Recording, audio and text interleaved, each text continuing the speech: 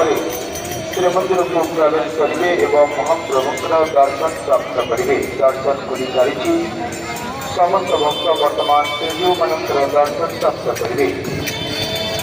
ମନ୍ଦିରକୁ ଆସିବା ସମୟରେ ଭକ୍ତମାନେ ଧ୍ୟାନ ଦିଅନ୍ତୁ, ଜୋତା, ଚପଲ, କ୍ୟାମେରା, ମୋବାଇଲ ଫୋନ, ବାହାରର ଖାଦ୍ୟ ପଦାର୍ଥ, ଜିନିଷ, ବିଡ଼ି, ସିଗାରେଟ, ତମ୍ବାଖୁ ଇତ୍ୟାଦି ଯଦି ଆପଣମାନଙ୍କ ନିକଟରେ ଥାଏ ତେବେ ଏଗୁଡ଼ିକ ମନ୍ଦିରକୁ ଯାଏ ନାହିଁ। ଭକ୍ତମାନେ ମନ୍ଦିରକୁ ଯିବା ପୂର୍ବରୁ ଜୋତା, ଚପଲ, କ୍ୟାମେରା, ମୋବାଇଲ ଫୋନ, ବାହାରର ଖାଦ୍ୟ ପଦାର୍ଥ, ଜିନିଷ, ବିଡ଼ି, ସିଗାରେଟ, ତମ୍ବାଖୁ ଇତ୍ୟାଦି ମନ୍ଦିର ବାହାରେ ଯେକୌଣସି ଜୋତା ସ୍ଥାନ କିମ୍ବା ଯେକୌଣସି ସୁରକ୍ଷିତ ସ୍ଥାନରେ ରଖି ଦର୍ଶନ ପାଇଁ ପ୍ରବେଶ କରିବେ।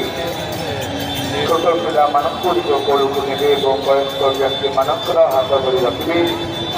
ଭିଡ଼ ଭିତରେ ଛୋଟ ପିଲା ଏବଂ ବୟସ୍କ ବ୍ୟକ୍ତି ହାତ ଛଡ଼ା ହୋଇ ହଜିଯିବାର ସମ୍ଭାବନା ଦେଖି ଆପଣମାନଙ୍କୁ ବାରମ୍ବାର ଅନୁରୋଧ, ଛୋଟ ପିଲାମାନଙ୍କୁ ନିଜ କୋଳକୁ ନିଅନ୍ତୁ।